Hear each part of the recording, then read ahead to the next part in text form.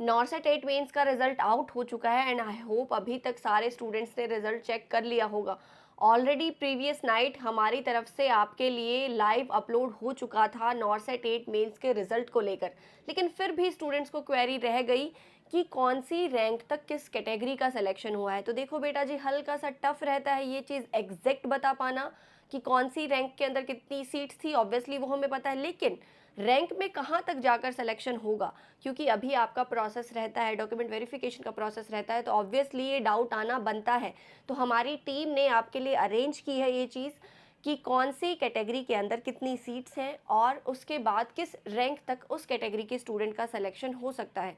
तो मैं आपको फाइनल रैंक बता दूंगी कि अप टू वहाँ तक सिलेक्शन जो है जाएगा। और एक और इम्पॉर्टेंट बात कि यहाँ पर आपको कोई झूठी तसल्ली नहीं मिलने वाली है, ना ही मैं आपको कोई फॉल्स होप दूंगी कि नहीं नहीं यहाँ तक सिलेक्शन तो तुम्हारा चला ही जाएगा।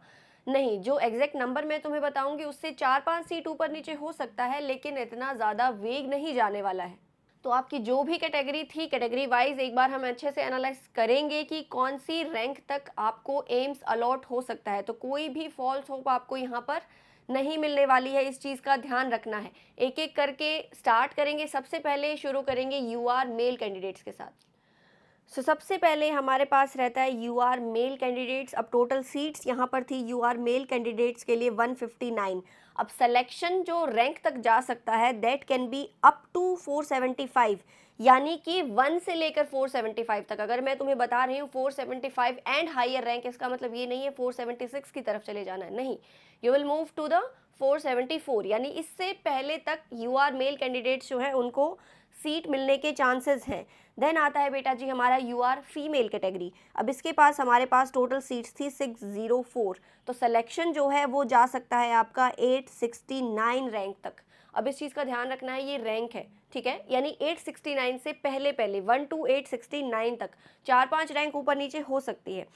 ओबीसी मेल के अंदर देखें तो हमारे पास टोटल सीट्स थी 91। अब यहाँ पर सिलेक्शन जो है यानी रैंक जहाँ तक जा सकती है 1095 तक, यानी यहाँ तक आपको आराम से सीट मिल सकती है।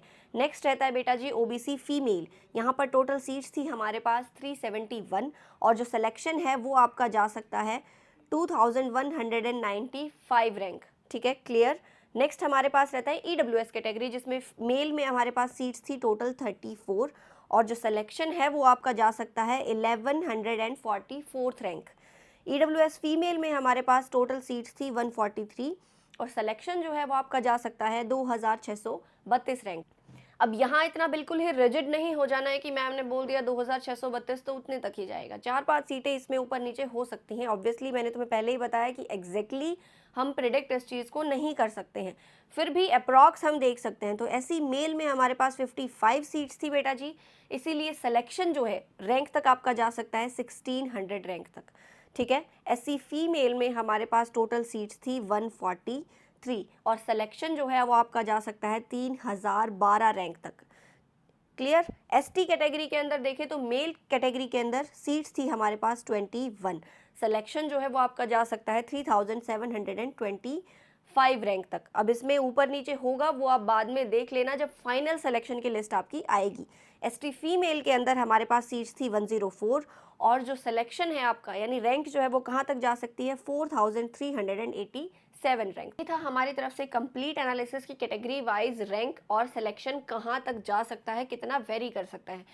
अब यहाँ पर इम्पॉर्टेंट बात है, वो स्टूडेंट्स जो इस कैटेगरी के अंदर फॉल कर रहे हैं उनको सबसे पहले तो हमारी टीम की तरफ से कंग्रेचुलेशंस, आपने बहुत अच्छी मेहनत की और आपकी मेहनत रंग लाई है।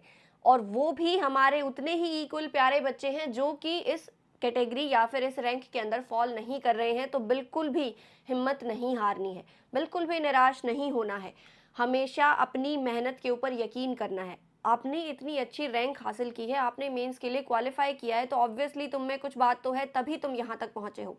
अगर थोड़ी बहुत कहीं कमी रह गई है, हो सकता है हमने क्वेश्चन प्रैक्टिस में कुछ कमी छोड़ी हो, वेरी कर सकता है, स्टूडेंट टू स्टूडेंट हो सकता है, कहाँ पर कमी रही है वो हमको अब की बार आइडेंटिफाई करना है और वो आइडेंटिफाई करने में मैं और मेरी पूरी टीम आपकी हेल्प करेंगे।